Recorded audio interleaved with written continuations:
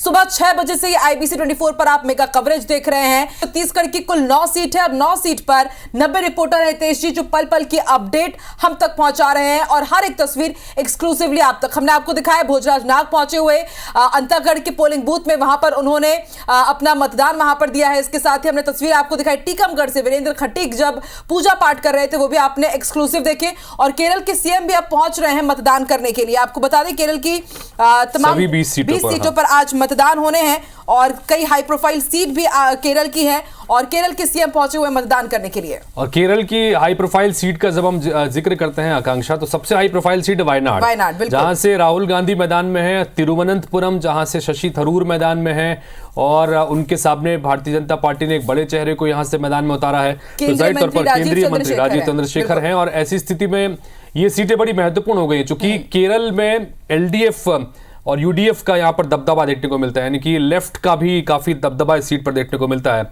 और सरकार यहाँ पर इस वक्त कांग्रेस के और लेफ्ट के गठबंधन की सरकार यहाँ पर है। कांग्रेस उम्मीद कर रही है कि 20 की 20 सीटें हम जीत रहे हैं, लेकिन भारतीय जनता पार्टी लगातार ये दावा कर रही है कि यहाँ पर कम से कम 5 से 7 सीटों पर भारतीय जनता पार्टी बेहतर प्रदर्शन करने की स्थिति में यहाँ पर होगी। लिहाजा चुनाव बड़े दिलचस्प यहाँ पर भी हैं। बिल्कुल, और हमने देखा भी है हितेश जी कि किस तरह से राहुल गांधी का पूरा फोकस दक्षिण में ही रहा, क्योंकि दक्षिण में ही पिछले लोकसभा चुनाव में आधे से ज्यादा सीट्स जो जीती थी कांग्रेस ने वो साउथ से ही जीती थी, इसलिए साउथ में ही उनका फोकस है। और अब बात कर लेते हैं छत्तीसगढ़ की। छत्तीसगढ़ के सीएम विष्णुदेव साय ने जनता से वोट करने की अपील की है, आइए आपको सुनवाते हैं। और कांकेर के सभी मतदाता भाई और बहनों से मेरा विनम्र अपील है कि आप सभी लोग लोकतंत्र को मजबूत करने के लिए अपना बहुमूल्य वोट का इस्तेमाल करें और बढ़ चढ़कर इस लोकतंत्र के महापर्व में शामिल हों। तो लोकतंत्र के महापर्व में शामिल हो, यही अपील की है सीएम विष्णुदेव साय ने। और हम भी अपने तमाम दर्शकों से जो आज इन लोकसभा सीटों के मतदाता है वो वही अपने घरों से जरूर निकले और आप मतदान जरूर करें। इन सब के बीच देश के प्रधानमंत्री नरेंद्र मोदी ने भी लोगों से वोट करने की अपील की है। राहुल गांधी जो खुद चुनाव लड़ रहे हैं इस दौर में, उनकी सीट भी दांव पर है। उन्होंने भी अपील की है लोगों से कि सभी बढ़ चढ़कर बाहर निकलें और वोट जरूर करें। और चूंकि गर्मी का मौसम है तो लिहाजा सभी लोग ये कोशिश भी करें कि जितना जल्दी हो सके वोट डालने के लिए पहुंचें।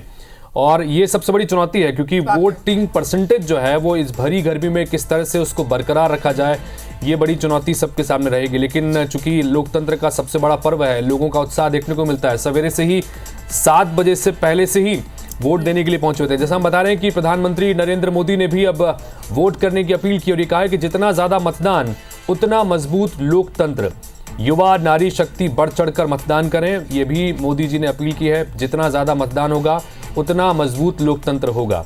ये बहुत महत्वपूर्ण है चूंकि पहले चरण के जिन 102 लोकसभा सीटों पर वोटिंग हुई थी आकांक्षा, वहां पर अनुमान से कम मतदान हुआ था। और ये चिंता, बिल्कुल ये चिंता का विषय है क्योंकि कई सारे मायने निकाले जाते हैं वोटिंग परसेंटेज को लेकर भी कि अगर ज्यादा मतदान हो रहा है तो उसके क्या मायने हैं, अगर कम मतदान हो रहा है तो क्या मायने हैं। तो जाहिर तौर पर इस कम वोटिंग परसेंटेज के बाद में भारतीय जनता पार्टी ने आक्रामक तरीके से दूसरे दौर के और तीसरे दौर के लिए अपने चुनाव प्रचार में बदलाव किया है। ये जाहिर तौर पर बताता है कि वोटिंग परसेंटेज बहुत अहम है। इस वक्त अंतागढ़ के भोजराज नाग की तस्वीर स्क्रीन पर हम दिखा रहे हैं। कुछ देर पहले ये वोट डालने के लिए पहुंचे हैं और अंतागढ़ सीट पर चुनाव चूंकि कांकेर में आता है बेसिकली, और कांकेर लोकसभा क्षेत्र बहुत महत्वपूर्ण है। अंतागढ़ से चूंकि आते हैं और वहीं पर वोट डालने के लिए पहुंचे थे। अंतागढ़ के विधायक भी रह चुके हैं, तो इस लिहाज से ये सीट बहुत ज्यादा महत्वपूर्ण हो जाती है। और यहाँ पर कांटे की टक्कर मानी जा रही है कांकेर, क्योंकि यहाँ से बीरेश ठाकुर जिन्हें पिछले बार जो सिर्फ 7,000 मतों से हारे थे और इसलिए बीरेश ठाकुर की यहाँ पर दावेदारी मजबूत मानी जा रही है।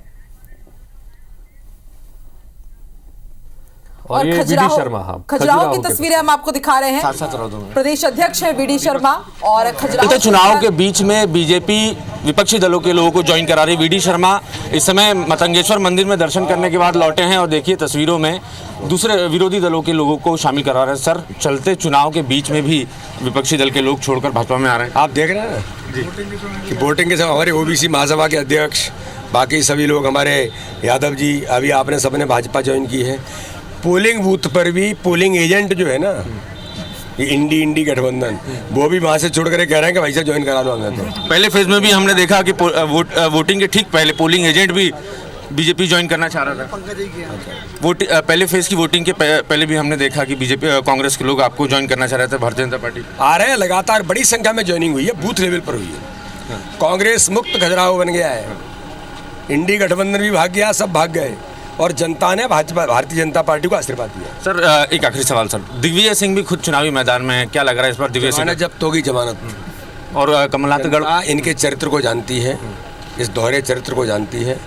दिग्विजय सिंह किस प्रकार से सनातन विरोधी हैं, दिग्विजय किस प्रकार से राम विरोधी हैं, दिग्विजय किस प्रकार से भारत विरोधी हैं, किस प्रकार से आतंकवादियों का उनको प्रेम और परोक्ष अपरोक्ष समर्थन, ये दिग्विजय सिंह को जनता बेहतर तरीके से जानती है। इसके बाद जनता अच्छे से आशीर्वाद नहीं, अच्छे से ना जवाब देने वाली है। दिग्विजय सिंह तो दावा करते हैं उनसे बड़ा सनातनी कोई नहीं है, वो चैलेंज करते हैं बीजेपी को। झूठ बोलने वाले सनातनी है ना, सबसे बड़े देश को गुमराह करने वाले, झूठ बोलने वाले, देश को धोखा देने वाले सबसे बड़े सनातनी हैं। सनातनी जानते हैं कि दिग्विजय सिंह आप क्या हो। मंगलसूत्र को लेकर भी देखिए, मंगलसूत्र के बारे में इमोशनल बातें करने से काम नहीं चलेगा। प्रियंका जी, आप तो ये बताओ कि आपने, आपकी माँ ने कभी मंगलसूत्र पहना है? आपने कभी पायजे क्या होते हैं देखे हैं? बिछिया क्या होता है जरा पूछो। इमोशनल बातें करने से काम नहीं चलता। मध्य प्रदेश में क्या रहेगा सर इस बार बीजेपी? ऐतिहासिक बहुमत से 29 की 29 सीटें जीतेंगे। जाहिर है बीजेपी दावा कर रही है कि इस बार मध्य प्रदेश में 29 की 29 लोकसभा सीटें जीतेंगे और पिछले रिकॉर्ड से पिछले नतीजों से बेहतर देख रहे हैं कि वीडी शर्मा खजुराहो की जो सीट है वहां से लगभग एक तरफा जंग है और इस एक तरफा मुकाबले में चूंकि समाजवादी पार्टी को यहाँ से टिकट दी गई थी प्रत्याशी, लेकिन उनका नामांकन रद्द हो गया, तो एक तरफा मुकाबला है। अब ऐसे में इनका अपना अभियान लगातार चल ही रहा है, जहां जाते हैं वहां पर पार्टी में ज्वाइन करवाने का जो सिलसिला है वो भी चल रहा है। दावा कर रहे हैं कि न सिर्फ मध्य प्रदेश में बल्कि पूरे देश भर में बीजेपी का डंका बजने वाला है। ठीक है, और ये तस्वीरें टीकमगढ़ की है, वीरेंद्र खटीक को आप देख रहे हैं। और खास बात ये हो जाती है हितेश जी की पिछले 28 साल से अपराजय रहे, इनको कोई भी हरा नहीं पाया। जब टीकमगढ़ की सीट सागर के अंतर्गत आती थी तब भी ये सागर से सांसद रहे 4 बार और 3 बार टीकमगढ़ के विधायक रहे। भोजराज नाग की तस्वीरें अंतागढ़ के, जब ये पोलिंग बूथ वहां पर पहुंचे हुए थे उस वक्त इन्होंने मतदान किया है। थोड़ी देर पहले उन्होंने क्या कहा है वो भी अपने दर्शकों को सुनाते हैं। नरेंद्र मोदी जी के जन कल्याणकारी योजना ला देख के पूरा किसान, मजदूर, महिला, जवान सब बहुत उत्साहित है। अब की बार 400 पार नरेंद्र मोदी जी का जो नारा है उसको हम पूरा करेंगे। पहले से आंकड़े पे मैं नहीं जाता, लेकिन इतना मान लीजिए कि प्रचंड बहुमत से हम जीतने वाले हैं। तो प्रचंड बहुमत से जीतने का दावा कर रहे हैं भोजराज नाग। और देखिए, कांकेर सीट में हिंदुत्व हावी है और कहना गलत नहीं होगा कि धर्मांतरण का मुद्दा यहां पर बहुत ज्यादा उठाते आए हैं। लगातार भोजराज नाग प्रखर वक्ता ये रहे हैं धर्मांतरण को लेकर के, और इसी कारण इस बार भाजपा ने इन पर भरोसा जताया है। जो वहां के सांसद थे मोहन मंडावी, उनका टिकट काट करके इन्हें टिकट दिया गया है। तो इससे आप अंदाजा लगा सकते हैं कि किस तरह से इस बार पूरे कांकेर क्षेत्र में न सिर्फ धर्मांतरण बल्कि हिंदुत्व का मुद्दा काफी हावी रहा है। बिल्कुल, चूंकि बस्तर में भी देखा हमने, विधानसभा चुनाव में भी देखा था कि एक तरह से मास्टर स्ट्रोक साबित हुआ धर्मांतरण का मुद्दा भारतीय जनता पार्टी के लिए। यही वजह है कि चाहे महेश कश्यप जो कि बस्तर में प्रत्याशी हैं वो, और यहां से भोजराज नाग, ये बेसिकली जो अभियान चला है धर्मांतरण के खिलाफ वहां पर, उन अभियानों को लीड करते रहे हैं। यही वजह है कि इनको मैदान में यहां पर उतारा है। क्योंकि एक बार सिर्फ विधायक रहे हैं भोजराज नाग, और वो भी उपचुनाव में जीते थे तब, वो भी तब जब मंतूराम पवार ने अपना नामांकन आखिरी समय में वापस ले लिया था, तो बड़े नाटकीय अंदाज में ये विधायक बने थे। तो ऐसे में इस चेहरे को उतारने के पीछे एक बड़ी मंशा यही कि धर्मांतरण के खिलाफ जो एक माहौल बना है उसको कैश कर सके। हालांकि बीरेश ठाकुर सामने, जैसा आपने बताया भी कि बहुत मजबूत उम्मीदवार सामने है, महज 7,000 के करीब पिछली बार के लोकसभा चुनाव में ये वोटों से हारे हैं। तो इस बार चुनौती इस सीट पर तगड़ी मिली है कांग्रेस की तरफ से भी। अब देखना दिलचस्प होगा कि जो दावा वो कर रहे हैं कि इस बार बहुत प्रचंड बहुमत से जीतने जा रहे हैं, तो इंतजार करना पड़ेगा। और किस किस ने वोट कर लिया है वो हम आपको बता रहे हैं। दर्शन सिंह चौधरी इस बार नर्मदापुरम होशंगाबाद से इन पर भरोसा जताया है बीजेपी ने। भोजराज नाग, उनकी भी आप तस्वीर देख ही रहे थे, अंतागढ़ के एक पोलिंग बूथ यहां पर पहुंचे और इन्होंने मतदान दे दिया है। इसके ही साथ अभिषेक सिंह ये कवर्धा पहुंचे। पूर्व सीएम रमन सिंह के बेटे अभिषेक सिंह, जो राजनांदगांव से एक बार खुद सांसद रह चुके हैं, उन्होंने भी अपने मताधिकार का प्रयोग कर लिया है। जयंत मलैया ये दमोह पहुंचे हुए थे, दमोह के कद्दावर नेता है, हालांकि इन्होंने नाराजगी भी जताई कि वहां पर क्योंकि ईवीएम मशीनें काम नहीं कर रही थी, इन्होंने भी मतदान कर दिया है। पंकज अहिरवार टीकमगढ़ में ये इस बार वीरेंद्र खट्टी के सामने है। पंकज अहिरवार ने भी मतदान कर दिया है। हम आपको एक एक करके बता रहे हैं कि ये कुछ हाई प्रोफाइल सीट्स हैं, ये वीआईपीज हैं जिन्होंने अपने मताधिकार का प्रयोग कर लिया। पंकज अहिरवार टीकमगढ़ से प्रत्याशी हैं कांग्रेस के, पहली बार ये चुनाव लड़ रहे हैं। चलिए, इस सबके बीच चुके हमारे संवाददाताओं की पूरी टीम लगातार हर सीट का अपडेट देने के लिए आपके साथ में आज जुड़े हुए हैं और इसी पर हम लगातार बता रहे हैं। इन सबके बीच में होशंगाबाद यानी नर्मदापुरम से हमारे सहयोगी विवेक पटैया जुड़े हुए हैं। विवेक पटैया के पास चलते हैं। विवेक, दर्शन सिंह भारतीय जनता पार्टी के यहां से मैदान में है और इनके सामने संजय शर्मा कांग्रेस की तरफ से चुनौती है। 3 मंत्री इस इलाके से आते हैं, लिहाजा बहुत महत्वपूर्ण सीट यह है। तो किस तरह की स्थिति यहां पर देखने को मिल रही है? वोटिंग को लेकर किस तरह का रुझान?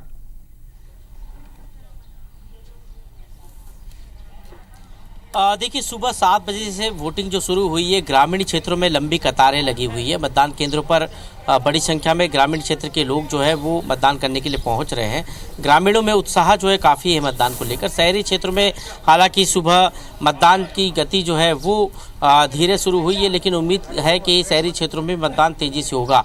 लेकिन सबसे बड़ी बात चुनौती चुनाव आयोग के लिए भी है और राजनीतिक दलों के लिए भी है कि पहले चरण का जो मतदान था वो काफ़ी कम हुआ था और ऐसे में दूसरे चरण के मतदान में मतदान का प्रतिशत बढ़ाना बड़ी चुनौती है। और यही कारण है कि राजनीतिक दल भी अपनी तरफ से काफ़ी प्रयास कर रहे हैं, लोगों को मतदान केंद्र तक पहुंचाने के लिए, मतदान करने के लिए प्रेरित भी कर रहे हैं। और भारत निर्वाचन आयोग की तरफ से भी लगातार हमारे साथ इस वक्त deputy CM Vijay Sharma exclusively IBC 24 के साथ जुड़े हैं। सीधे रुख करते हैं सौरभ सिंह परिहार का।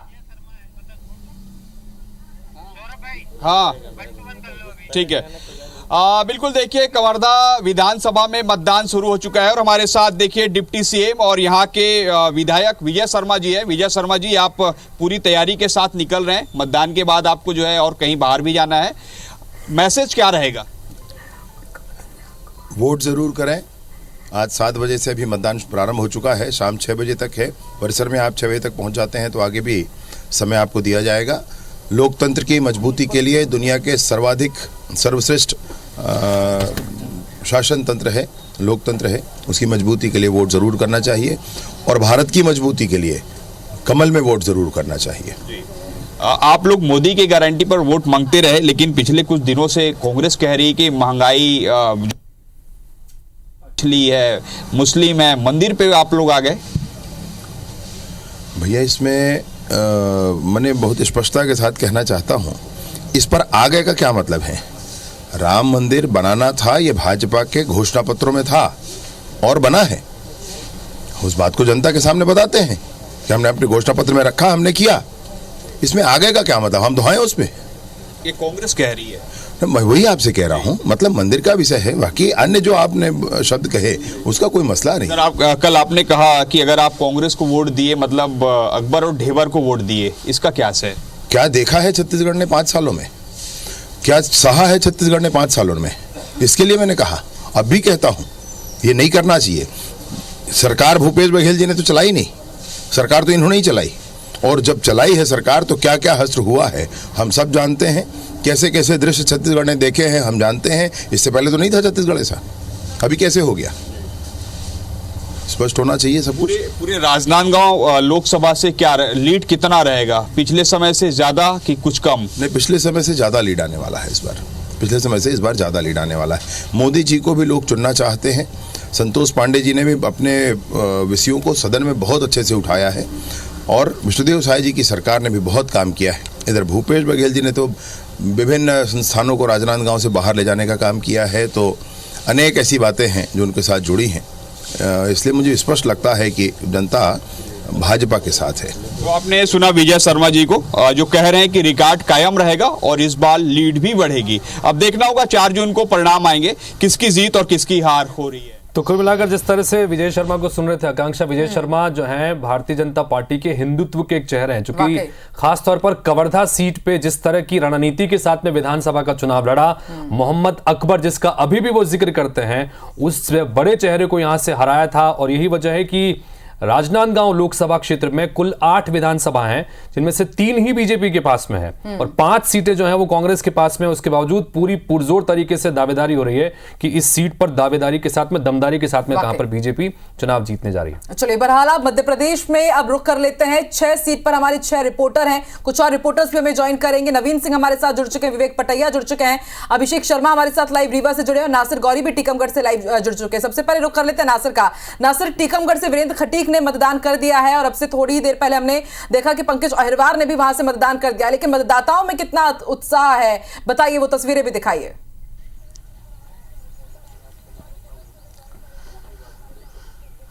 देखिए, मतदाताओं में काफ़ी उत्साह सुबह के टाइम ज़रूर नज़र आए थे, लेकिन मैं जिस पोलिंग बूथ पे मौजूद हूँ वहाँ पर ज़्यादा नहीं पहुँच रहे हैं वोटर्स, क्योंकि यही वजह है क्योंकि यहाँ का पोलिंग रेशियो, जो मतदान का जो रेशियो है वो कम रहता है। लेकिन जिस तरह से वीरेंद्र खटीक की बात करें तो वो अपने परिवार के साथ में वोटिंग करने के लिए पहुँचे थे, बेटी थी साथ में, पत्नी थी साथ में और खुद थे, और उन्होंने साफ कहा कि उनकी जो सहजता और सरलता है उसके चलते लगातार उनको जनता चुनती आ रही है, तो इस बार फिर से जनता उनको चुनेगी। इसके साथ ही अगर देखा जाए तो कांग्रेस के जो प्रत्याशी थे पंकज अहिरवार, वो भी अपनी मां के साथ में यहां पर वोटिंग करने के लिए पहुंचे थे और उन्होंने साफ कहा है कि उनकी लड़ाई कोई आम लड़ाई नहीं है, यहां की पलायन की लड़ाई है, बुंदेलखंड के पलायन के मुद्दे की लड़ाई है, और उसी लड़ाई को लेकर वो आगे बढ़ रहा है। और युवा चेहरे पर कांग्रेस ने कहीं ना कहीं दांव लगाया, तो बहुत सोच समझ कर लगाया, तो ऐसे में वो अपनी जीत का दावा कर रहे हैं। लेकिन किस तरह का माहौल है, लेकिन ज्यादा अगर देखा जाए तो वोटर्स में ज्यादा उत्साह नजर नहीं आ रहा है। वोटर्स हैं आप लोग, क्या कहेंगे वोट डाल के आए आप, कितना खास दिन है आज का?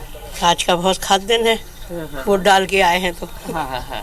तो क्या लग रहा है, माहौल क्या लग रहा है आपको? अच्छा लग रहा है। तो और भी लोग हैं, उनसे बात कराने की कोशिश करते हैं आपको कि किस तरह से वोट डाल के वो आए आपके हैं, पास क्या, आते रहेंगे, बातचीत करते रहेंगे नासिर, क्योंकि अभी धीरे धीरे अब धूप चढ़ने जा रही है, तो थोड़ी सी अब इसका असर देखने को मिल रहा है।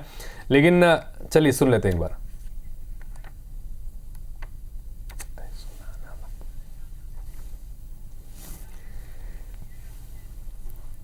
तो ये लगातार अलग अलग जगहों की सीटों से हम तस्वीरें भी दिखा रहे हैं। ये वीरेंद्र खटीक आपको नजर आ रहे हैं, इन्होंने अपना वोट कास्ट कर दिया है, टीकमगढ़ सीट पर ही पहुंचे हुए हैं और उसी जगह से हमारे सहयोगी इस वक्त आपसे तस्वीरें भी बता रहे थे। सवेरे यहाँ पर पोलिंग बूथ पर काफ़ी अच्छी भीड़ थी, अब धीरे धीरे थोड़ा सा असर है, लेकिन कुल मिलाकर ये कि सभी जगह से हम नज़ारे दिखा रहे हैं। और इन सब के बीच अब रुक करते हैं खजुराहो सीट पर, हमारे सहयोगी नवीन कुमार सिंह बने हुए हैं, उनके पास चलते हैं एक बार।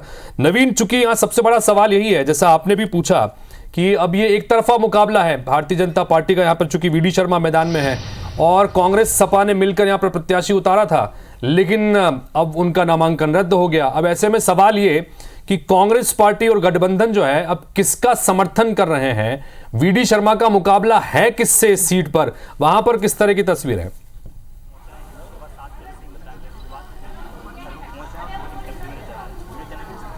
देखिए हितेश, फिलहाल खजुराहो लोकसभा में 14 उम्मीदवार हैं और मुख्य जो प्रतिद्वंदी हैं वो बीजेपी से वीडी शर्मा है, जो कि बीजेपी के प्रदेश अध्यक्ष भी हैं। समाजवादी पार्टी का पर्चा निरस्त हो गया, लेकिन उसके बावजूद खजुराहो के सियासी दंगल में 14 प्रत्याशी बचे रहे। फिलहाल इंडिया अलायंस ने अपना समर्थन आरबी प्रजापति को दिया है। ये ऑल इंडिया फॉरवर्ड ब्लॉक के टिकट से चुनावी मैदान में हैं और वो लगातार कंपीट कर रहे हैं, कंटेस्ट कर रहे हैं और चुनौती दे रहे हैं बार बार बीजेपी के प्रदेश अध्यक्ष वीडी शर्मा को। और बीजेपी का दावा है कि इस बार रिकॉर्ड वोटों से खजुराहो में जीत होगी।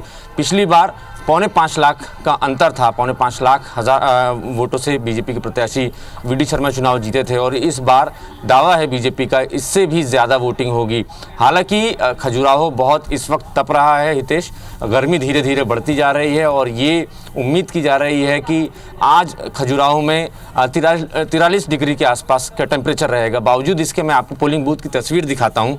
सुबह का 8:30 बजे का वक्त है और कतारें देखिए, शायद ये कतारें इसलिए आपको नज़र आ रही हैं चूँकि दिन में गर्मी बढ़ेगी और इस लिहाज से वोटर्स पहले ठंडे में वोट कर लेना चाहता है। और इसी तरीके से मैं इस वक्त जिस बूथ में खड़ा हूँ, यहाँ मेरे नज़दीक में 3 बूथ हैं।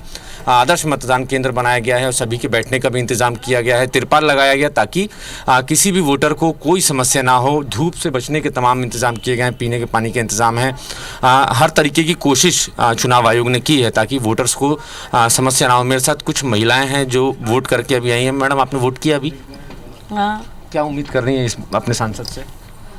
अगर यहाँ कुछ नहीं हो रहा है, खजुराहो में कुछ नहीं हो रहा है। हाँ, कुछ भी करवा तो पहले पैसे मंगाते हैं। और ना यहाँ कोई व्यवस्था है डॉक्टर की, कोई डॉक्टर रहे कि कुछ भी हुआ तो उनकी जाओ छतरपुर रेफर कर दो तो यहाँ ये होता है, कुछ है व्यवस्था है ही नहीं है यहाँ पे। हाँ। जो लोग चुनाव लड़ रहे हैं वो वादा तो कर ही रहे होंगे कि हमें वोट दीजिए। क्या मालूम, हम तो घर में रहते हैं, क्या मालूम कि को वादा करते हैं किससे। जो कोई जेंट्स रहते हैं उनसे होता है ये बातें चीज़ें, हम लोगों से क्या बात हो रही। नहीं, वोट मांगने तो आपके पास भी आते हैं? नहीं आते, हमारे यहाँ तो कोई नहीं आता वोट मांगने के लिए। हाँ, ये होता है ना। चलिए, तो ठीक है नवीन, आप बने रहिए। अब रुख कर लेते हैं दमोह का। दमोह से हमारे संवाददाता दुष्यंत पराशर यहां से लाइव जुड़ चुके हैं। दुष्यंत, दमोह का रण बेहद ही रोमांचक है क्योंकि लोधी वर्सेस लोधी है और 2 पूर्व विधायक जिनमें से दोनों ही विधायक कांग्रेस के भी रहे हैं। हालांकि राहुल लोधिया बीजेपी की तरफ से यहां पर चुनावी मैदान में है, तो क्या समीकरण यहाँ के कह रहे हैं और दमोह वासी कितने उत्साहित आज मतदान को लेकर के? दुष्यंत, देखिए, पहले हमने लोकू इलाके स्थित जैत मलैया के जो पोलिंग बूथ है उसकी तस्वीर दिखाई थी। अब दूसरी तस्वीर हम दिखा देते हैं। ये नया बाजार का पोलिंग बूथ है जहां पर अभी बहुत ज्यादा भीड़ नहीं है और इक्का दुक्का जो मतदाता है वो अपनी संख्या में पहुंच रहे हैं, मतदान कर रहे हैं और अपनी बारी के उपयोग के बाद ही वो यहाँ पर मतदान कर रहे हैं। हालांकि अभी बहुत ज्यादा संख्या जो है वो मतदाताओं की इस पोलिंग बूथ पर नजर नहीं आ रही है, लेकिन ये कहा जा रहा है कि जैसे जैसे दिन चढ़ेगा वैसे वैसे पोलिंग बूथ पर मतदाताओं की संख्या बढ़ने की संभावना है। जिस तरीके से बहुत सारे यहाँ पर पोलिंग बूथ जो है अलग अलग बनाए गए हैं। यहाँ पर एक पोलिंग बूथ आगे भी बनाया गया है ताकि इस पूरे क्षेत्र की जो मतदाता है उनको कवर किया जा सके। साथ ही साथ अगर पूरे लोकसभा चुनाव और लोकसभा प्रत्याशियों और लोकसभा की रणनीति समीकरण की बात की जाए तो लोधी वर्सेस लोधी यहाँ पर दोनों ही पार्टियों की ओर से है। एक तरफ राहुल लोधी जो पूर्व विधायक है, कैबिनेट मंत्री भी पिछली सरकार में रहे हैं, तो ऐसे में जरूर कहा जा सकता है वो उनकी अच्छी खासी ताकत जो है इस चुनाव में देखने को मिल रही है। साथ ही साथ कांग्रेस के जो प्रत्याशी हैं तरवर सिंह लोधी, वो भी पूर्व विधायक है, कांग्रेस से ही विधायक रहे हैं।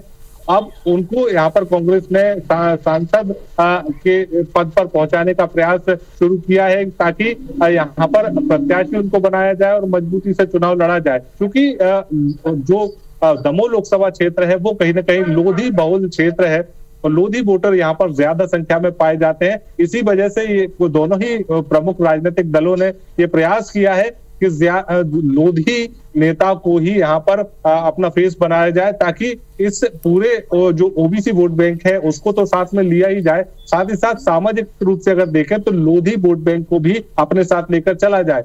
हालांकि पिछले 35 साल से अगर बात की जाए तो दमोह 35 साल से बीजेपी का दबदबा यहाँ पर है और लोधी वर्सेस लोधी के बीच मुकाबला है। जैसा अभी आकांक्षा ने भी बताया, कई सीट ऐसी हैं, जैसे रीवा सीट की बात करें वहां पर मिश्रा बनाम मिश्रा की जंग है और दमोह में लोधी वर्सेस लोधी है। इन सब के बीच एक तस्वीर इस वक्त हम दिखा रहे थे, हम कोशिश करेंगे एक बार फिर से उस तस्वीर को दिखाने की, जहां पर एक दिव्यांग पहुंचे वोट डालने के लिए और बकायदा तिरंगा झंडा उन्होंने लगा रखा है अपनी गाड़ी पर और वोट डालने के लिए पहुंचे।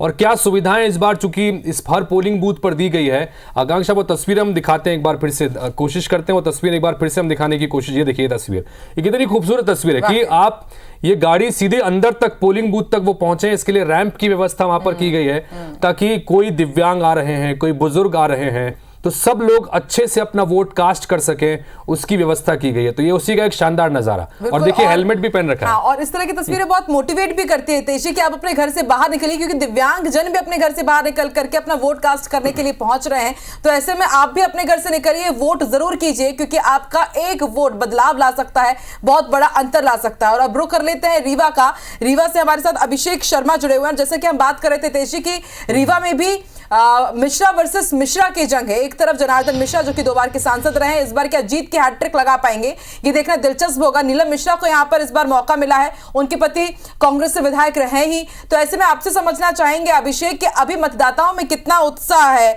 और रीवा हमेशा से बीजेपी का गढ़ रहा है कि क्या इस बार बीजेपी के गढ़ को फतह कर पाएगी कांग्रेस, ऐसे समीकरण नजर आ रहे हैं क्या अभिषेक?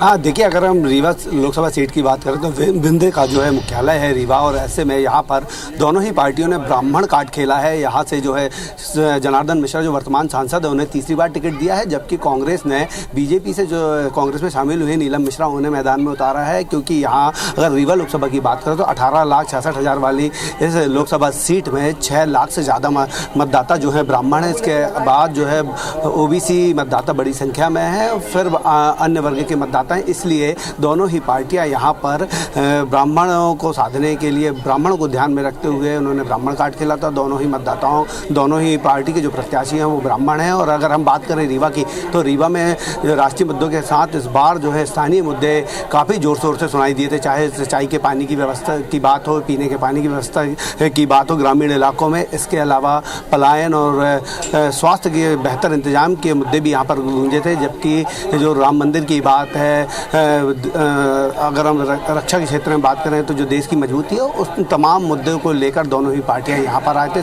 दोनों ही पार्टियों के अपने दावे, अपने वादे थे, लेकिन आज जो है मूल्यांकन का दिन है। मतदाता जो है सुबह से ही अपने घरों से बाहर निकल रहे हैं। इस वक्त मैं रीवा के अमैया पोलिंग बूथ पर हूँ और आप देख सकते हैं कि जो मतदाता हैं वह सुबह से ही लाइन लगाकर खड़े हैं, क्योंकि यहाँ गर्मी का मौसम है। ऐसे में गर्मी टेम्परेचर ज़्यादा बढ़े, क्योंकि उसके पहले लोग ज़्यादा से ज़्यादा संख्या में वोट डालना चाहते हैं, और इसलिए सुबह से ही जब मॉक पोल स्टार्ट हुआ था उस टाइम से ही लोगों ने यहाँ पर आकर लाइन लगाना शुरू कर दी थी। यहाँ अगर हम बात करें तो जिला निर्वाचन विभाग ने तमाम इंतजाम किए हैं लोगों को गर्मी से बचाने के लिए। यहाँ पर टेंट लगाए गए हैं ताकि जो मतदाता लाइन में खड़े हैं उन्हें धूप का सामना न करना पड़े। इसके अलावा यहाँ पर पानी की व्यवस्था की गई है जो मतदाता को जागरूक करने के लिए हैं। और तस्वीरें भी देख रहे हैं कि यहाँ पर अच्छी खासी लाइन भी देखने को मिल रही है। रीवा इस पे हमारे सहयोगी इस वक्त मौजूद थे। अब अगर हम ओवरऑल आकांक्षा इन 6 लोकसभा सीटों की बात करें, इन 6 लोकसभा सीटों में 47 विधानसभा आती हैं,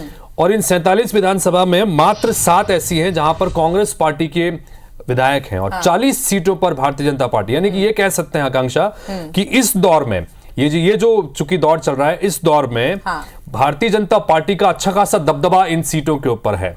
ऐसे में हम सतना का रुख कर लेते हैं। सतना से हमारे सहयोगी अंशुल मोकाती जुड़ रहे हैं, और सतना उनमें से एक सीट जहां पर वर्तमान में कांग्रेस पार्टी के जो विधायक हैं वो मैदान में है। तो अंशुल, चूंकि सिद्धार्थ कुशवाहा और गणेश सिंह के बीच में मुकाबला विधानसभा में भी हुआ था, और सिद्धार्थ सिंह जो है वो चुनाव जीतने में कामयाब हुए थे। हालांकि लोकसभा चुनाव में थोड़े से समीकरण अलग हैं, 4 बार के सांसद है गणेश सिंह। तो इस बार वहां पर किस तरह की नजारे, किस तरह का माहौल आप देख रहे हैं?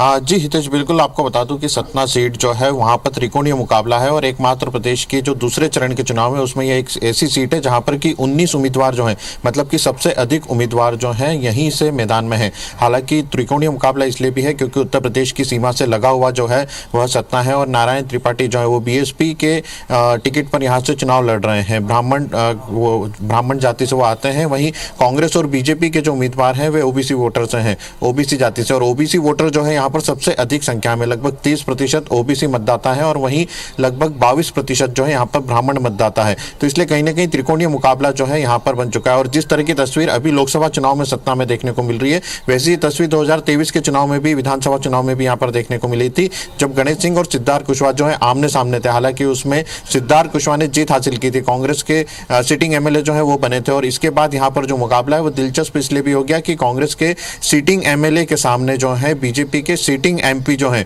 वो चुनाव लड़ रहे हैं। मतलब कि कहीं ना कहीं दोनों का अपना प्रभुत्व जो है वो इलाके में माना जा सकता है। और कहीं ना कहीं नारायण त्रिपाठी जो है वो भी 4 बार के विधायक रहे हैं मैहर से, अब वो भी मैदान में है, वो भी चुनाव लड़ रहे हैं। तो कहीं ना कहीं त्रिकोणीय मुकाबला जो है यहाँ पर देखा जा रहा है। हालांकि जिस तरह की सुबह की हमने तस्वीरें देखी थी उसके बाद ये बात तो साफ हुई थी कि सतना में जनता जो है वो जरूर पोलिंग बूथ पर निकल करके आई है और पोलिंग बूथ पर अपना मत दे रही है। हालांकि अभी तक BJP और कांग्रेस के प्रत्याशी जो है उन्होंने अपना मतदान नहीं किया है। अभी हम भी जो खड़े हैं वो कांग्रेस कांग्रेस के जो प्रत्याशी हैं उनके घर पर हैं। थोड़ी देर में ही वो जब घर से निकलेंगे तब हम उनसे भी बातचीत करेंगे और वो भी अपना वोट डालने के लिए जो है लोग मतदान केंद्र जो उनके पास में पॉलिटेक्निक कॉलेज है वहां पर बनाया गया है, वहां पर वो वोट डालने के लिए पहुंचेंगे। लेकिन जिस तरह का त्रिकोणीय मुकाबला है उससे सबकी नजर सतना पे जरूर टिकी हुई है, क्योंकि बीजेपी को एकमात्र यही सीट है जो कि चुनौती दे रही है। क्योंकि यहाँ से कहीं ना कहीं जो पिछले दौरे हुए थे, अगर उन दौरों को भी देखा जाए तो केंद्रीय नेतृत्व जो है बीजेपी का, उन्होंने भी लगातार यहाँ पर दौरे किए थे। कांग्रेस के भी जो दिग्गज नेता हैं उसमें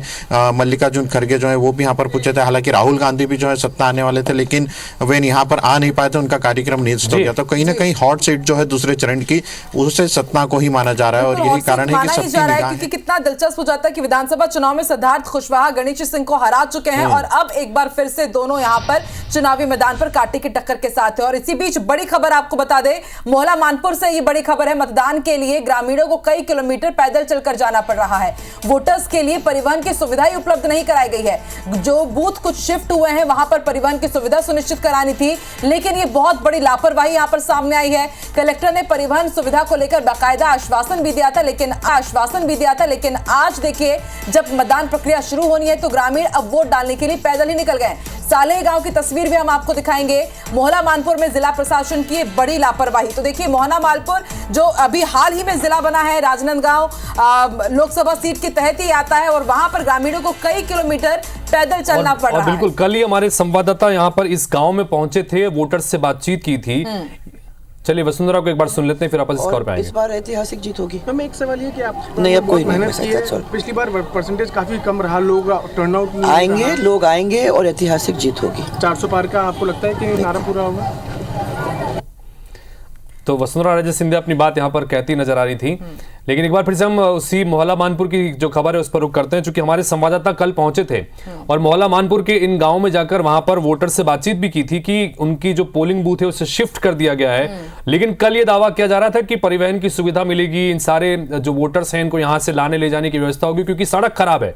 हमारे सहयोगी ने यह भी बताया था कि सड़क खराब है और पैदल जाना पड़ेगा। और आखिरकार जो आशंका हम कल जाहिर कर रहे थे वही हुआ है और वहां पर बड़ी लापरवाही देखने को मिल रही है। मतदान के लिए ग्रामीणों को कई किलोमीटर तक पैदल चलना पड़ रहा है।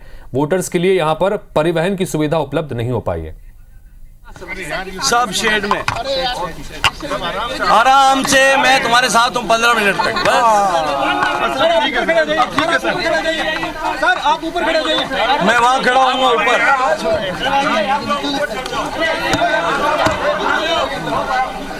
अरे ऊपर खड़े होंगे।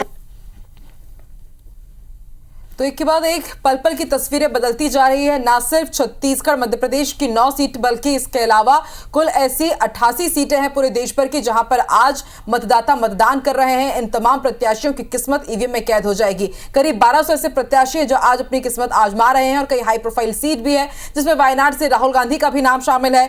पूर्व सीएम भूपेश बघेल राजनांदगांव से किस्मत आजमा रहे हैं और कई ऐसे बड़े नाम है। खजुराहो से बीजेपी के प्रदेश अध्यक्ष वी डी शर्मा, वीरेंद्र खटीक जो केंद्रीय मंत्री है, इसके साथ ही डीके सुरेश है बेंगलुरु ग्रामीण से कर्नाटक के, जो कि डीके शिव कुमार के छोटे भाई है। राजीव चंद्रशेखर तिरुवनंतपुरम से ये केंद्रीय मंत्री हैं जो इस बार किस्मत आजमा रहे हैं। गजेंद्र सिंह है जोधपुर से, कैलाश चौधरी है बाड़मेर से। ये तमाम केंद्रीय मंत्री हैं जिनकी आज किस्मत दांव पर लगी हुई है। इसके साथ ही कुछ फिल्म स्टार्स भी हैं। हेमा मालिनी जो मथुरा से दावेदारी पेश कर रही है, अरुण गोविल जिन्हें हमने राम के किरदार में हमेशा देखा है वो मेरठ से दावेदारी पेश कर रहे हैं और त्रिशूर से सुरेश गोपी है।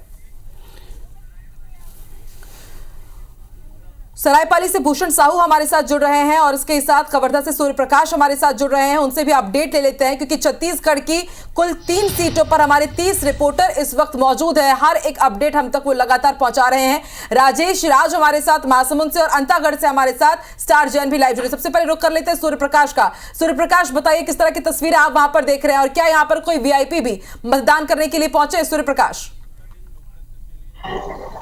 निश्चित तौर पर बेहद खास दिन है। आज लोकतंत्र का महापर्व कहा जा सकता है और आज सुबह से ही सुबह 7 बजे से जिस तरीके से मतदाता कहीं न कहीं अपने मत का उपयोग करने के लिए मतदान केंद्र पहुंच रहे हैं और मेरे पीछे आप देख सकते हैं किस तरीके से यहाँ पर महिलाओं पर ज्यादा यहाँ पर जो है अपने मत का प्रयोग करने के लिए कतार मत लगा करके बुजुर्ग महिलाएं के अलावा नए जो मतदाता हैं वो भी यहाँ पर पहुंचे हैं। मगर सुबह से आज पहुंचे हैं, क्या खास दिन है आज?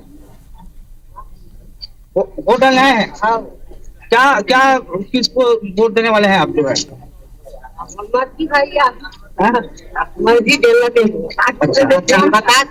यहाँ पर एक नए मतदाता भी है, आपसे जानना चाहेंगे, आप पहली बार वोट डालने आए? दूसरी बार है। अच्छा, किस तरीके की सरकार चुनना चाह रहे हैं आप? हाँ? अच्छा, मत का प्रयोग करने के लिए आज सुबह से आप पहुंच गए हैं, कैसा महसूस कर रहे हैं, क्या लग रहा है? देखिए, यहाँ पर मतदाताओं की जो रुझान है वो अपने मत का प्रयोग करने के काफी दिलचस्पी दिखा रहे हैं। और अगर बात करें यहाँ पर वीआईपी की, तो पूर्व मुख्यमंत्री और कवर्धा से राजनांदगांव से कांग्रेस के प्रत्याशी भूपेश बघेल, उसके अलावा जो सिटिंग एमपी हैं संतोष पांडे, वो उन दोनों के बीच कांटे की टक्कर देखी जा रही है। और यही कारण है कि सुबह से मतदाता जो है लगातार मतदान केंद्र में अपने मत का प्रयोग करने के लिए पहुंच रहे हैं। चलिए, कवर्धा से नजर बना के रखिए, चूंकि कवर्धा भी जो है वो राजनांदगांव लोकसभा क्षेत्र में आती है। बड़ी महत्वपूर्ण हाई प्रोफाइल सीट है जिस पर देश भर की निगाहें इस वक्त टिकी हुई हैं। भूषण साहू के पास चलते हैं, सरायपाली से हमारे साथ में हमारे सहयोगी जुड़ गए हैं। सरायपाली जो कि महासमुंद लोकसभा क्षेत्र में आता है, रूप कुमारी चौधरी और ताम्रध्वज साहू के बीच में यहाँ पर अहम मुकाबला है। इस वक्त सरायपाली में किस तरह का नजारा है, जरा दर्शकों को बताइए।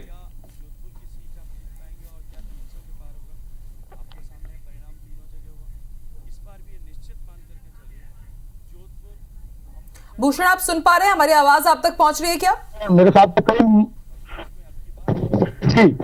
जी भूषण, अपडेट दीजिए, बताइए जरा किस तरह का नजारा देख पा रहे हैं कि मतदाता काफी संख्या में यहाँ पर पहुंचे मतदान करने के लिए। देखिए, काफी संख्या में महिलाएं यहाँ पर मतदान करने पहुंचे हैं। हमारे साथ कई महिलाएं हैं, हम उनसे भी बातचीत करने का प्रयास करेंगे। आपका क्या नाम है? अच्छा, ये बताइए कि आप मतदान करेंगे, आप बताइए मुद्दों को लेकर जो है। चलिए, नेटवर्क का इश्यू है थोड़ा सा, लेकिन दोबारा इनके पास जाने की कोशिश करेंगे। बिल्कुल, अब रुक कर लेते हैं। अंतागढ़ का स्टार जन लगातार हमारे साथ जुड़े हुए हैं। स्टार, 8:30 बज रहे हैं, 7 बजे से मतदान की प्रक्रिया शुरू हुई है और सुबह हमने देखा था कि 7:15 बजे से ही यहाँ पर पोलिंग बूथ पर मतदाता पहुंचने लगे थे, काफी उत्साह था। अभी किस तरह की स्थिति है, कि अभी भी वही उत्साह बना हुआ है? और इस बार क्या लगता है आपको, वोटिंग परसेंट कितना जा सकता है अंतागढ़ का? अभी जो शुरुआती दौर पर उत्साह देखा जा रहा है मतदाताओं का। देखिए, अंतागढ़ के जिस गांव में मौजूद है, यहाँ पर अभी भी उत्साह ज़्यादा है। देखेंगे तस्वीर में, कैमरामैन से कहूँगा धर्म से घुमा के दिखाए, तो ये लगातार मतदाता जो आते जा रहे हैं, महिलाएं हैं वोट डाल के निकलती भी जा रही है, तो उतनी ही संख्या में मतदाता आते जा रहे हैं। और इससे समझा जा सकता है कि मतदान को लेकर उत्साह बहुत ज़्यादा है, कम नहीं हुआ है। पुरुषों की लाइन भी यहाँ पर काफ़ी लगी हुई है। कुछ मतदाता, उनसे बातचीत करते हैं। बताइए, कितना उत्साह है मतदान को लेकर आप में? बताइए, कितना उत्साह है, क्या कहेंगे? आप लोग मतदान करने पहुंचे हुए हैं। भीड़ भाड़ है सर, भीड़ भाड़ है और लाइन पे लगे हुए हैं। हाँ जी, यहाँ पर देखिए पुरुष भी हैं और महिलाएं भी। कुछ महिलाओं से भी बातचीत करने की कोशिश करेंगे। आप पहली बार वोट डालने आए हैं कि पहले भी डाले हैं? पहले भी डाले हैं। कितना उत्साह दिख रहा है यहाँ पर? सभी में उत्साह है, सभी अपना जो मतदान का हक है सब अपना हक के लिए आए हैं। चलिए स्टार, आप बातचीत करते रहिए। इस बीच हमारे साथ में नरेश मिश्रा हमारे सहयोगी जुड़ गए हैं कांकेर से, उनके पास चलते हैं। नरेश, कांकेर में अब चूंकि ये चुनाव इस वक्त चल रहा है, वोटिंग लगातार हो रही है और बस्तर संभाग की ये दूसरी महत्वपूर्ण सीट है और यहाँ पर भोजराज नाग और जिस तरह से यहाँ पर बीरेश ठाकुर के बीच में एक महत्वपूर्ण मुकाबला देखने को मिल रहा है। चुनाव प्रचार को जानना चाहेंगे, किस तरह से यहाँ पर चला, क्या क्या महत्वपूर्ण मुद्दे यहाँ पर थे और किस तरह की स्थितियाँ इस वक्त जिस जगह पर आप मौजूद हैं वहाँ पर वोटिंग को लेकर दिख रहे हैं?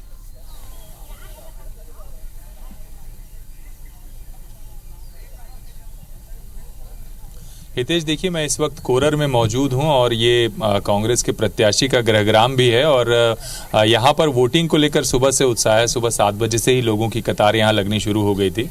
तो काफ़ी ज़्यादा जितने भी ग्रामीण क्षेत्र में आसपास घूम कर आए हैं, सभी जगह ग्रामीण क्षेत्रों में सुबह से ही लोग कतार लगा करके वोट कर रहे हैं। और अगर आप देखें तो ये बिल्कुल कांग्रेस और भाजपा के बीच लगातार काफ़ी करीबी मुकाबला रहा है। पिछले बार भी 6000 के करीब मतों से पराजित हुए थे बीरेश ठाकुर, जो कांग्रेस के प्रत्याशी हैं यहाँ पर। तो इस बार कांग्रेस ने रणनीतिक तौर पर ज़्यादा जोर लगाया है। स्थानीय मुद्दे पूरे चुनाव से गायब रहे हैं। नरेंद्र मोदी के चेहरे पर भारतीय जनता पार्टी चुनावी मैदान में है। भोजराज नाग एक तरह से धर्मांतरण के एक मुखर चेहरे के तौर पर रहे हैं और इसी आधार पर उनको भारतीय जनता पार्टी ने टिकट दिया है। तो आदिवासी समुदाय में जो धर्मांतरण का मुद्दा है वो भारतीय जनता पार्टी की तरफ से महत्वपूर्ण मुद्दा रहा है।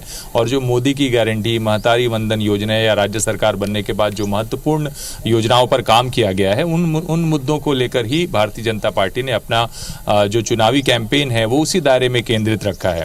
उसके मुकाबले अगर आप देखिए तो कांग्रेस जो है वो लगातार जो अपनी 5 गारंटी है, प्रत्याशी के जनसंपर्क है और जो स्थानीय जो मुद्दे हैं उनको लेकर के कैंपेन कांग्रेस की तरफ से किया गया है। और कांग्रेस मुख्य रूप से जो 5 गारंटी और लोकसभा चुनाव के जो प्रॉमिसेस हैं, जो वादे हैं, उनको लेकर चुनावी मैदान में, क्योंकि 5 विधानसभा क्षेत्र ऐसे हैं यहाँ पर जो कांग्रेस के पास हैं इस वक्त, तो इस वजह से कांग्रेस यहाँ पर उम्मीद कर रही है कि इस चुनाव में वो बेहतर प्रदर्शन कर पाएगी। तो पूरे चुनाव के दौरान अगर आप देखें तो बहुत क्योंकि जो भोजराज नाग हैं वो एक तरह से बैगा रहे हैं, अपने गांव के पुजारी रहे हैं, तो उनके नींबू काटने के बयान को लेकर काफी चर्चा है।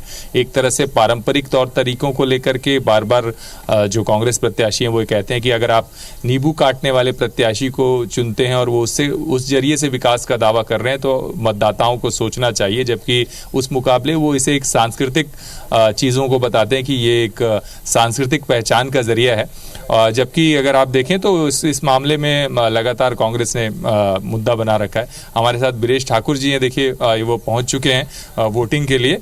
बीरेश जी, किन मुद्दों को लेकर ये चुनाव रहा आपका, बताइए थोड़ा सा। इस समय आपको बताते हुए खुशी हो रही है कि हमारे देश के भविष्य राहुल गांधी जी ने जो हमारे पूरे देश की जनता के लिए जो 5 गारंटी लेके आए हैं, उस 5 गारंटी हमारे प्रमुख मुद्दा रहेगी, जिससे यहाँ की पूरी छत्तीसगढ़ की जनता 5 गारंटी को भली भांति समझ चुकी है और उसका जनताओं का जो आशीर्वाद हमें मिलेगा उस 5 गारंटी की। मतलब भोजराज नाग जी का कहना है कि नींबू वाले बयान पर जिस तरह से आप उन पर कह रहे हैं आक्रामक की विकास के लिए नींबू काटने की बात, वो कह रहे हैं वो हमारी सांस्कृतिक पहचान।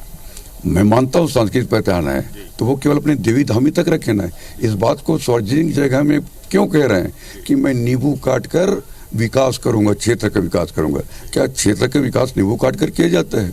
और ठाकुर कहता है कि विकास में पुल, सड़क, हाई स्कूल भवन, प्राथमिक भवन, शासकीय भवन बनाने की बात करता हूँ, और ये कहते हैं कि मैं नींबू काट कर, और हम कहते हैं कि जनता की आवाज़ को हम दिल्ली के सदन में उठाने के बारे में। जी, तो ये 5 गारंटी के अलावा स्थानीय मुद्दे भी हैं। हाँ, स्थानीय मुद्दे भी है, जैसे कांकेर में बहुत पुरानी मांगी है रेल लाइन का, धमतरी से कांकेर का, उसको मैं पहला प्राथमिकता लूंगा।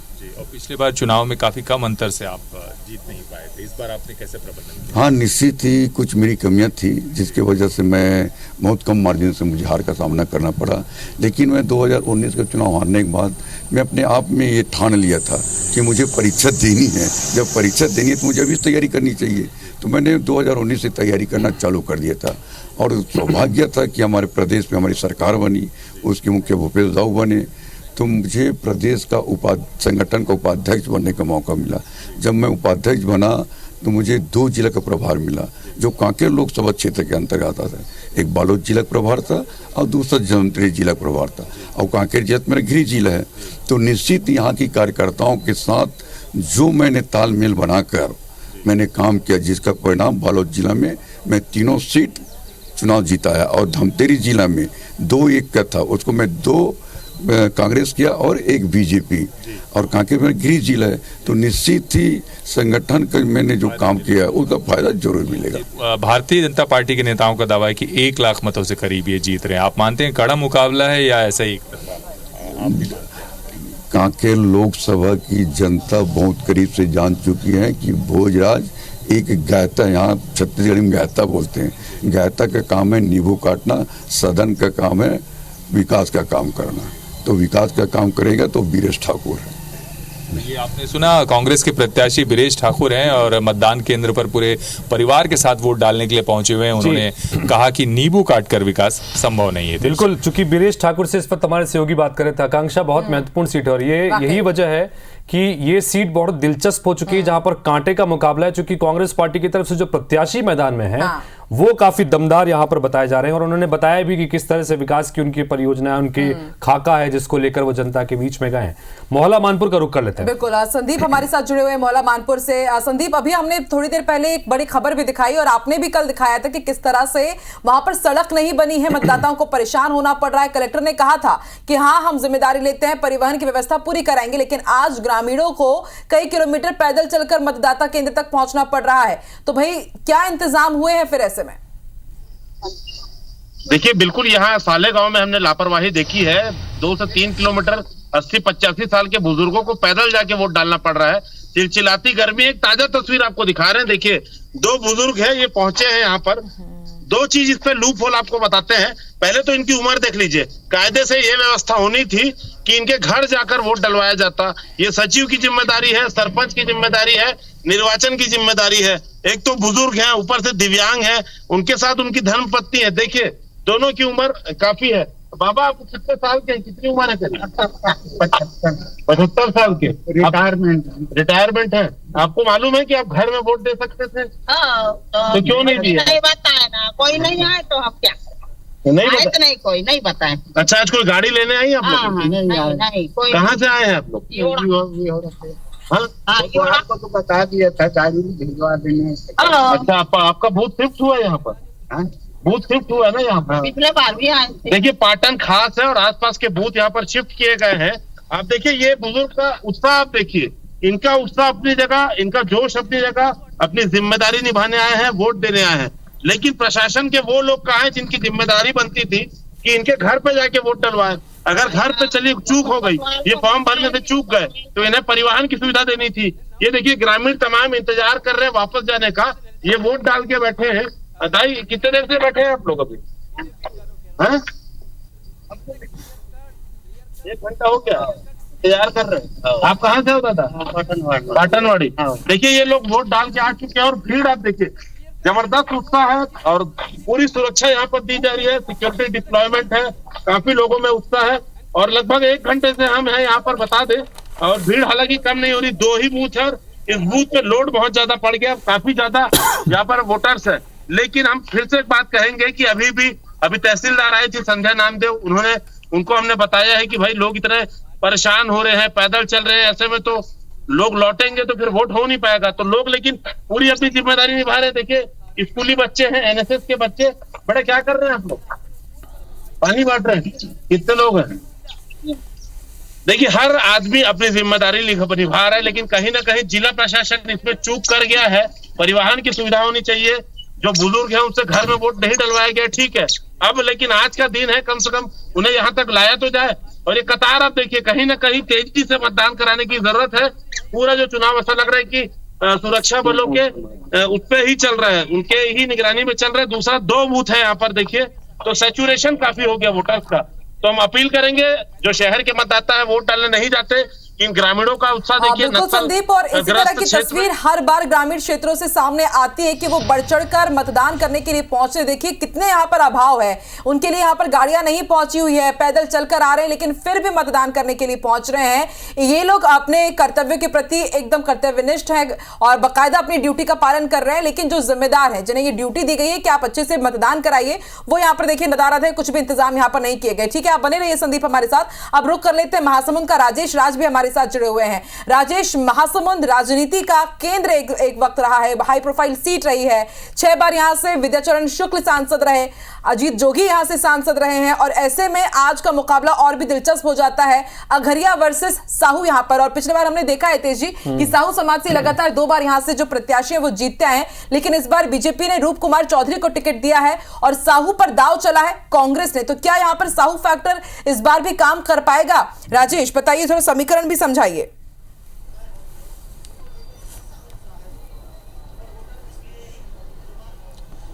जी बिल्कुल बिल्कुल। देखिए, जो महासमुंद है, निश्चित रूप से आपने बताया कि काफ़ी हाई प्रोफाइल सीट रही है। विद्याचरण शुक्ल हो, श्यामचरण शुक्ल हो या फिर अजीत जोगी हो, और राजनीतिक तौर पे जितनी इंपॉर्टेंट सीट है, जागरूकता के लिहाज से भी बहुत है, क्योंकि सुबह से ही लोग बढ़ चढ़ करके वोटिंग में हिस्सा ले रहे हैं। और ये देखिए, आपको सभी वर्ग के वोटर्स आपको यहाँ पे दिखाई देंगे। क्या सोचते हैं वो, विकास पैमाना है या फिर जो मिथ है कि सिर्फ साहू समाज चूंकि voter to share equitably in the fruits of development.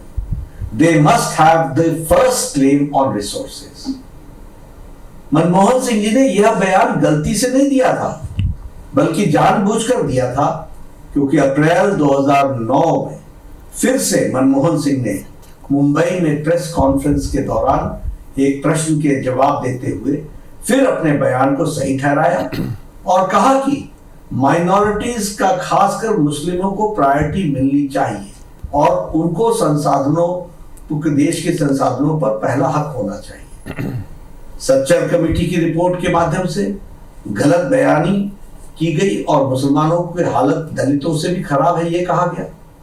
मतलब यह है कि कांग्रेस पहले से ही आधार बना रही थी कि येन केन प्रकारेण मुस्लिम को एससी, समाजवादी वो करके अलग अलग नहीं बना सकते। जी। ये सामने देख लीजिए, ये वोटर्स हैं, यहाँ पे आए थे, शायद पैर में चोट लगी थी, इस वजह से आपको यहाँ पे, फिर भी आपने वोट डाला यहाँ पे आकर। जी सर। व्यवस्था अच्छी लगी? जी ठीक। क्या कहेंगे जो लोग वोट नहीं देने आते हैं? आप इतनी तकलीफ में भी वोट देने आए, लोग होते हैं कि छुट्टी लेकर के घर पे रह जाते हैं, वोट नहीं देते हैं। नहीं, आना चाहिए, वोट देने के लिए आना चाहिए। आना चाहिए। हाँ। आप क्या पहली बार वोट दे रहे हैं? क्या नहीं, पहली बार दे रहा हूँ। हाँ। क्या लगा महासमुंद में, चूंकि काफी यहाँ से रहे, कई बड़े बड़े हाई प्रोफाइल लोग यहाँ से रहे, आपको क्या लगता है कैंडिडेट मजबूत होना चाहिए या पार्टी देकर के वोट देते हैं? मैं मोदी जी को वोट देता हूँ। अच्छा, चलिए ठीक है, आपकी पसंद है, आपने बहुत अच्छे से कहा। आप भी आए थे साथ में, आपने ये देखिए बच्चे को लेकर के यहाँ पे आए हैं और ये आप उन्हीं का है। जी जी, आप लोगों ने वोट डाला। हाँ। महिला है, आप क्या चाहती हैं? महिला के हिसाब से कैसा कैंडिडेट होना चाहिए, मुद्दे क्या होने चाहिए? आप वोट जब देती हैं तो क्या सोच करके देती हैं? खुद से तय करती हैं या फिर नहीं? अच्छा चलिए ठीक है, ये क्या करते हैं सर आप? एडवोकेट हूँ मैं। क्या लगता है यहाँ पे जो समीकरण है, ताम्रध्वज साहू जी, रूपकुमारी चौधरी जी, क्या लग रहा है किनकी जीत होनी चाहिए, किनकी संभावना? जीत किसकी होनी चाहिए? वो राष्ट्र विकास के लिए जो राष्ट्र हित में जो काम करेंगे उनका ही विजय होना चाहिए। अच्छा, राष्ट्र का विकास पहली प्रायोरिटी है और ये जो क्या प्रथम, उसके बाद ही फिर कोई और फैक्टर जो है काम करता है। जाति, समाज, ये सब तो एक ही समाज के लोग हैं, एक ही जाति है, सब ऐसा कोई वो नहीं है। अक्सर कहा जाता है कि महासमुंद में अगर आपने साहू कैंडिडेट नहीं दिया तो फिर साहू समाज वोट नहीं करेगा, आपको हार का सामना करना पड़ सकता है। ये गलत धारणा है। वैसे भी संतोष अग्रवाल जी भी विधायक के लिए यहाँ पर कम होते हुए भी जीते थे और बहुत सारे ऐसे रहे। विद्याचरण शुक्ल जी भी उतने बार लगातार 7 बार जीते हैं। और ये बता दो कि 1952 में पहली बार मेरे दादाजी जो है किसान कम्युनिस्ट मजदूर पार्टी से 1952 में पहला जो प्रथम जो चुनाव हुआ था आम सभा, उसमें चुनाव लड़े थे अद्वैत गिरी गोस्वामी जी। क्या बात है मैम, आप क्या सोच रही हैं क्षेत्र में क्या होना चाहिए था? कुछ मुद्दे हैं या फिर पार्टी या चेहरा, ये माने जाता है? बस वही है कि अच्छे आए भाव सत्ता में। जी जी, अच्छे लोग सत्ता में आए, विकास हो। हाँ, अपने देश का है ना। बिल्कुल बिल्कुल, चलिए तो ठीक है। ये तमाम वोटर्स हैं, काफ़ी जागरूक हैं और ये देखिए सामने परिवार के साथ आते हैं, बच्चे को लेकर के भी आ रहे हैं, वोट डालने पहुँचे आप। जी चलिए, तो महासमुंद तो काफ़ी जागरूक है, लोग सुबह से वोट कर रहे हैं, आप भी करने आए हैं। क्या मायने रखता है? विकास मायने रखता है या कैंडिडेट किस समाज से है, किस वर्ग से, वो मायने रखता है या पार्टी मायने रखता है? विकास मायने रखता है। क्या चाहिए महासमुंद को विकास में? विकास में बहुत सारा है, बाकी वो बोल नहीं सकते। कोई बताइए जो आपकी नज़र में हो कि सड़क चाहिए, बिजली चाहिए, कॉलेज चाहिए। वो तो जरूरी है, वो तो है, उससे अलावा और बहुत सारा विकास चाहिए। जी जी। तो ये चुनाव में जब कैंडिडेट आए थे तो उन्होंने विकास का वादा किया है, कुछ ऐसा कहा है कि करेंगे? जी करेंगे बोले हैं। अच्छा, सिंगल के तौर पे तो नहीं बोले हैं, बाकी उनका विकास होना है, देश के साथ भी चलना है, तो उनके लिए। चलिए, आप परिवार के साथ लोग आ रहे हैं वोट करने, ये देखिए, और आपको तस्वीरों में दिखाई देंगे, ये देखिए महिलाएं भी हैं अपने बच्चों के साथ, बच्चे को ले करके आई हैं, सामने भी है, वो भी आप इनकी गोद में देखेंगे। आपने वोट डाल दिया मैम? अच्छा, क्या करती है मैम? मैं हाउसवाइफ हूँ। अच्छा, हाँ। क्या लगता है जब वोट करने आती है महिलाएं खास करके, क्या सोच करके वोट करना चाहिए? कैंडिडेट, विकास है कि मैं वोट दे रही हूँ करके। हाँ। अच्छा, और कैंडिडेट का चयन कैसे करती होंगी? क्या मुद्दे देख करके करती हैं या फिर महिला उम्मीदवार है वो, या फिर पार्टी वगैरह देख कर? ये मैं मुद्दे देख के करती हूँ। मुद्दे देख? हाँ हाँ। अच्छा, क्या इम्पोर्टेंट है महासमुंद के लिहाज से, किस आधार पर वोट करना चाहिए लोगों को? लोगों को मतलब पार्टी देख के और काम को देख के वोट देना चाहिए। अच्छा, हाँ ठीक है। महासमुंद में कोई विकास का लगता है आपको, क्या होना चाहिए?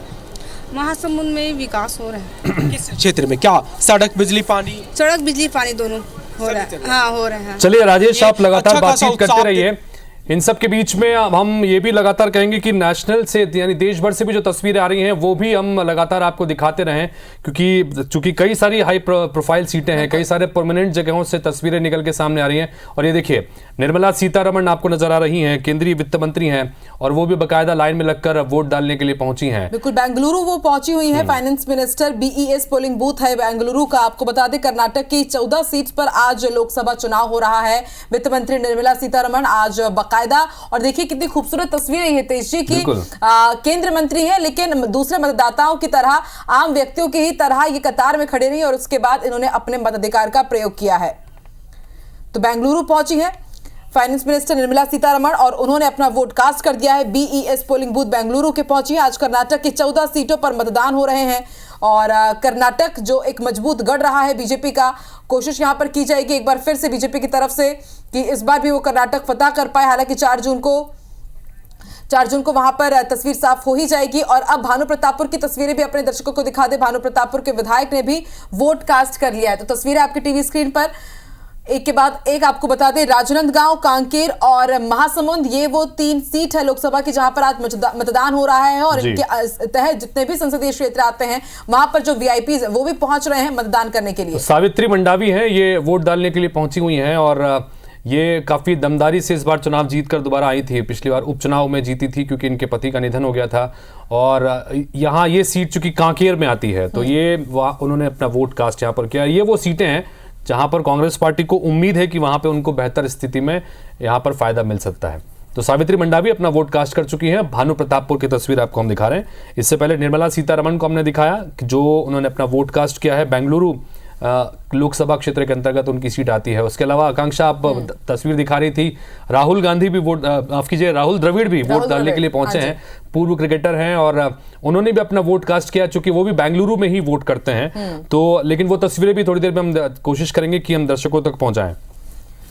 तो देखिए, हर जगत के लोग, भले ही वो सिने प्रेमी हो, और देखिए दूल्हा दुल्हन भी यहाँ पर पहुंच गए। नरसिंहपुर की तस्वीर हम आपको दिखा रहे हैं। 7 फेरे लेने के बाद विदाई से पहले दुल्हन और दूल्हे दोनों पहुंचे हुए हैं मतदान करने के लिए। तो नरसिंहपुर की तस्वीर, दुल्हन ने विदाई से पहले दूल्हे के साथ मतदान किया। पहले चरण के दौरान भी इसी तरह की तस्वीरें सामने आई थी क्योंकि इन दिनों अभी शादी के कई शुभ मुहूर्त हैं और इसलिए इसी दौरान अब जब मतदान हो रहे हैं तो सभी अपने कर्तव्यों का पालन भी करने के लिए पहुंचे और बाकायदा मतदाताओं से अपील भी कर रहे हैं कि आप भी मतदान जरूर करें। देखिए, ये अपना सब कार्य छोड़ करके विदाई होने से पहले ये मतदान करने के लिए पहुंची है। अपने दूल्हे के साथ मतदान केंद्र जाकर के इन्होंने मतदान किया। नरसिंहपुर की तस्वीर है।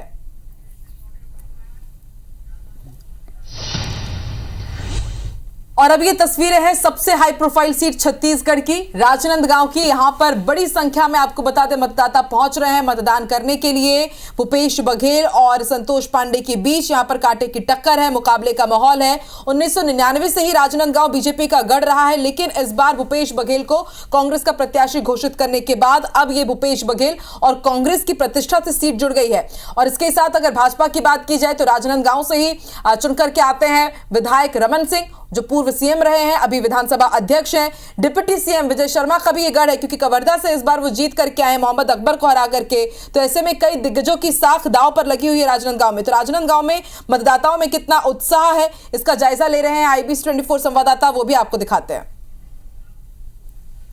छत्तीसगढ़ के सबसे हॉट सीट राजनांदगांव लोकसभा क्षेत्र में वोटिंग को लेकर यहां पर लोगों का काफी रुझान देखा जा रहा है। जो राजनांदगांव के साइंस कॉलेज जो है कॉलेज है, वहां पर जो मतदान केंद्र, वहां पर 100 से 150 की संख्या में लोग जो हैं यहां पर इस मतदान केंद्र के सामने खड़े हैं। हम लोगों से बातचीत करने की कोशिश करते हैं कि आखिर क्या वजह है कि सुबह से वो यहाँ पर लाइन लगे। आप लोग सवेरे से आ गए वोट डालने के लिए, क्या वजह है, क्यों? काम में जा रहे हैं ऐसे करके सर। अच्छा ना, तो कितने बजे से आ गए थे आप? मैं आज 7 बजे। अच्छा ना, हाँ। आप लोग 7 बजे आए हैं। अकेले आए हैं कि परिवार और आस पड़ोस के लोग सब? मेरा 2 बहू आया, मेरा आदमी आया था, वो आदमी डाल के चले गए। हाँ। कैसा रहा माहौल, कैसा नजर आ रहा है चुनाव का इस बार? चुनाव का माहौल तो बहुत संघर्षपूर्ण है।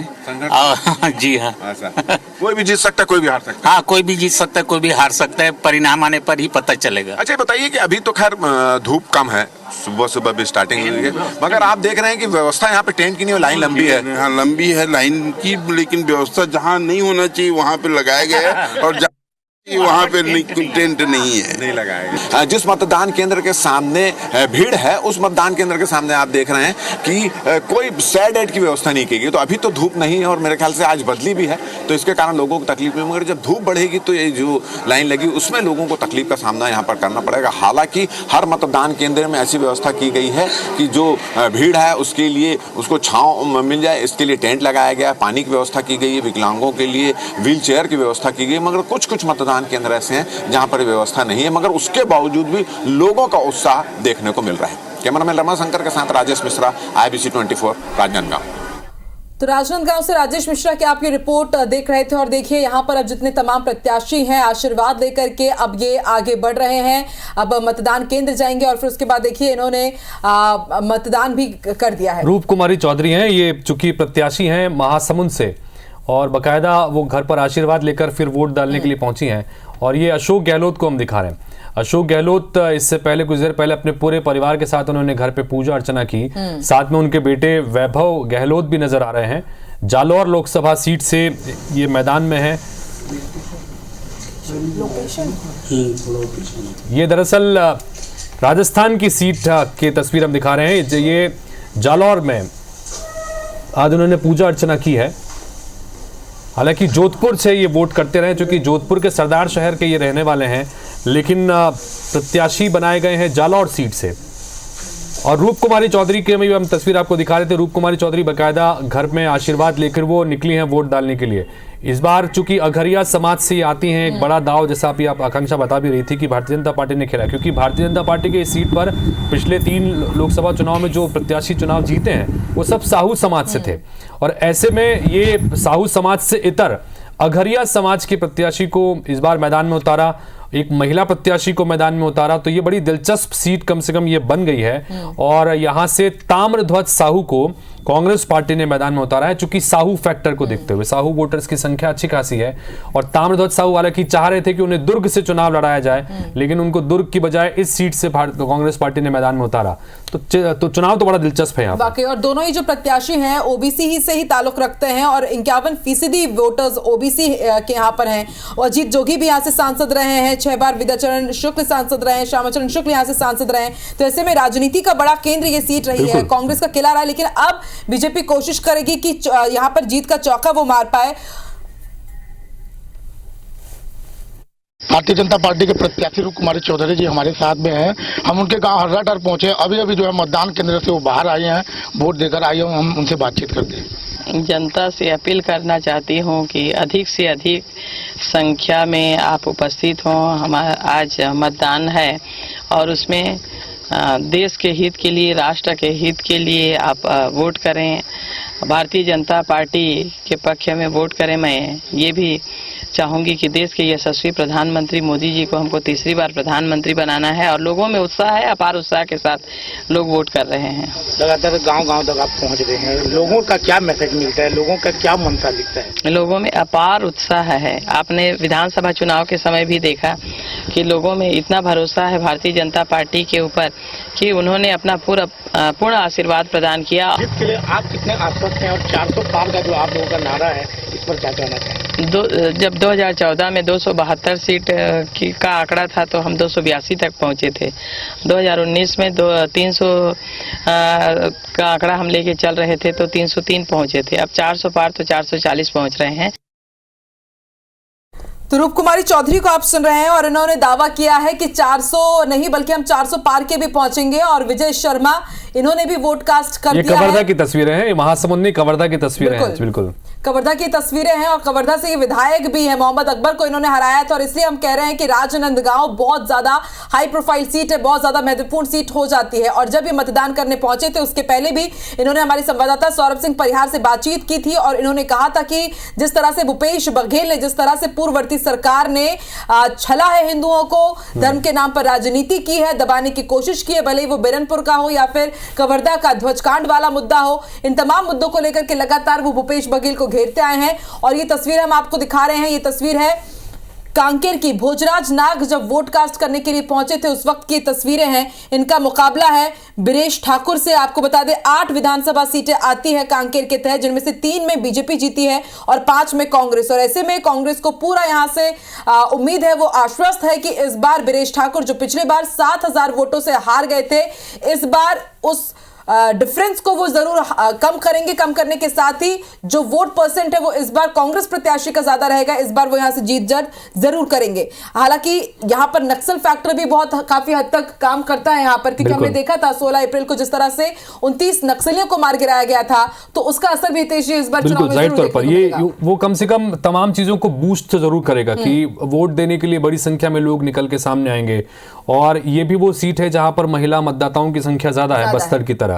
तो ये महिलाएं जो है वो इंपॉर्टेंट फैक्टर चुनाव में रहती हैं, खासतौर पर जब वोट डालने की बारी आती है। तो ऐसे में उम्मीद बीजेपी को भी इसी बात को लेकर है। और खासतौर पर विधानसभा चुनाव के दौरान जो सेंटिमेंट निकले थे धर्मांतरण को लेकर, जिसका हम लगातार जिक्र कर रहे हैं, बाकी विकास के कामों को लेकर जो असर था, ये चीजें भी अब इस बार काफी असर करेंगी। और कांकेर में जो एक बड़ी कामयाबी मिली नक्सलियों के खिलाफ, अब तक का सबसे बड़ा अभियान जो है उसे अंजाम दिया गया, तो उसकी वजह से भी उसके सेंटिमेंट का असर भी होगा।